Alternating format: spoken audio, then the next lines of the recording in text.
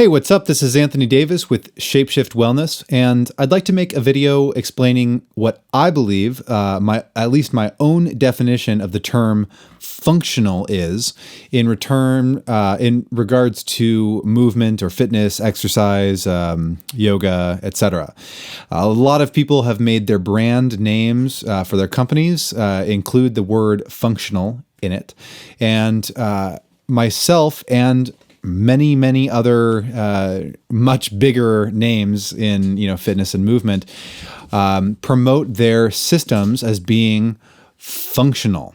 So let's look at what that means, or at least what I believe that should mean, because it's become a term that means so many different things to so many different people that it's almost lost its meaning. So here's what I mean when I say functional. There are two things that I think make a movement functional.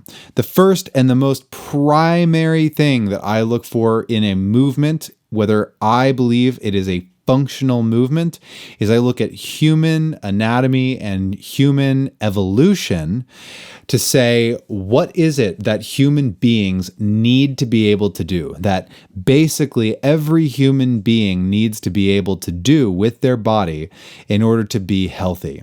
For example, if you cannot move your ankle joint, let's just hypothetically say you cannot move your ankle joint at all, then you are going to have a very hard time walking, running, jumping, transporting yourself from point A to point B anywhere.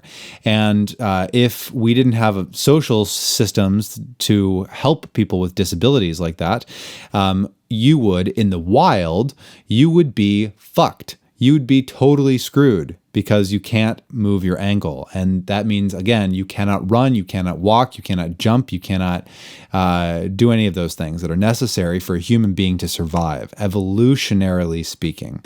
Obviously, that's a little bit different when we're talking about modern human civilization, but I look to human evolution when I try to determine whether I think a movement is functional. So the ankle joint, for example, must be able to move. It must be able to dorsiflex and plantar flex. And if you don't have a certain amount of dorsiflexion and a certain amount of plantar flexion, then you're not going to be able to walk or run without stubbing your toe or tripping over yourself constantly. So there's going to be a certain range of motion for that joint that's functional. However, you're also going to find that if you have extra range of motion beyond a certain point, that then that joint, which needs to be strong and stable to certain degrees, if it's too mobile, if it has too much motion in it, then it becomes unstable. It becomes less strong, less resilient, more likely to get injured because it's too mobile. It's hypermobile. Okay. So when I look at functional range of motion for any joint, I look at how much motion does a joint need for you to accomplish your typical human activities. Okay. Again, evolutionarily speaking, how much range of motion does each joint need in order to accomplish a certain task? And that is something that I would call functional movement. So when I look at movements like yoga poses that require that you put your foot behind your head, well, no human being needs to be able to put their foot behind their head for survival. No human being needs to be able to do the splits, right, in order to be healthy. Doing the splits doesn't make you healthier. It doesn't make your joints stronger or your muscles stronger or your immune system stronger, or you know what I mean?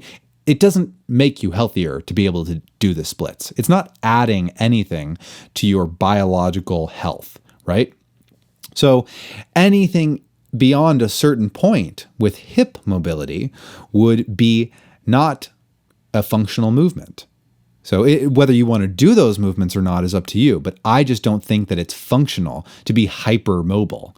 I think you need a certain range of motion, and too much is going to work against you, and too little range of motion is also going to work against you. So functional, in terms of how much mobility, functional mobility is going to be within a range, and again, we want to be like Goldilocks. So not too much, not too little. We want it to be just right. And that's my primary definition for the word functional when it comes to training. However, I will make an exception to that rule, which is that you can use the term functional to also describe literally any function. So, for example, every muscle has a function, right? My deltoids function, if you use all of them at the same time, is going to be shoulder abduction, right? So if I train abduction and I just train that's it, just abduction. It's not some crazy compound, triplanar movement. It's not this big fancy movement that most people who use the term functional movement are doing, these big fancy movements, right? I can train just shoulder abduction, and that's functional. It's teaching the muscles which create that motion to properly serve the function of lifting my shoulder, right? That's a function, and I'm training the muscles and tissues to serve that function, right?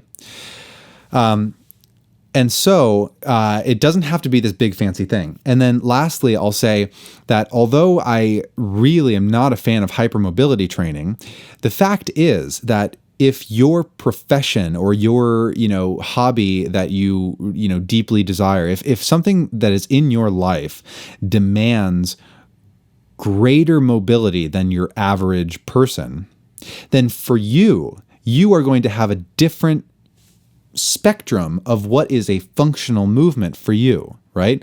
So while most people don't need to be able to do the splits, right? And in fact, I would say that most people, if they tried to become flexible enough to do the splits, that it would actually be dysfunctional. It would work against them. It would no longer help them, but it would make their joints extra mobile, extra prone to injury. However, if you are a gymnast, pardon me, and your profession as a gymnast, or if it's not your profession, if it's your hobby, it doesn't matter. If you are a gymnast, and in order to continue to be a gymnast, you need to be able to do the splits, and not just do the splits, but you need to be able to do the splits actively in midair, right? Then for you, a functional movement is actually going to be training you to have active control over that extreme range of motion that for most people would be not helpful. But for you as a gymnast, you actually need that function to be strong. So functional training for you is going to be really strong, active control over the split position, right? So just keep in mind that the definition of functional is going to be a little bit different from person to person. But in general, for your average person, there's no reason to be training extreme ranges of motion. There's no reason to be doing those things because a human being just doesn't need to do them. So if I teach functional yoga poses, that means that I've looked at the yoga poses. I've noticed that almost every yoga pose is a pose that requires hypermobility. And I've taken those poses and I've reduced the range of motion dramatically and made sure that in order to do the poses that I teach, you have to have complete control over your motion. So that's what I call functional movement. And that's when I teach a functional yoga class. And I know that almost to some people, a functional yoga class sounds ridiculous. It sounds like an oxymoron because so many yoga poses are all just about hypermobility. I understand that, trust me. But I do think there's a way to make yoga functional. So that's it. That's how I view the word functional. And I know there are a million other ways that people look at the definition of functional, and that's fine. I'm not arguing with anybody here. I'm just presenting what I think the term means to me and how I use it when I describe movement. If you'd like examples of functional movement or what I believe to be functional movement, please go to my website, shapeshiftwellness.com. And there is just enter your email and you'll get automatically send you out a link that you can take a free class of mine, a full yoga class online, totally free. You can download it, take it wherever you want, and get a taste of how I teach. And if you like that, I do have a whole library of online classes that you can subscribe to, but get the free class and check it out.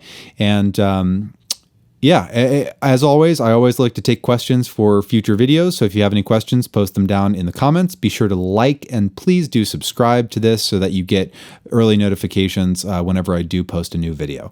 Thank you very much. I'll see you next time.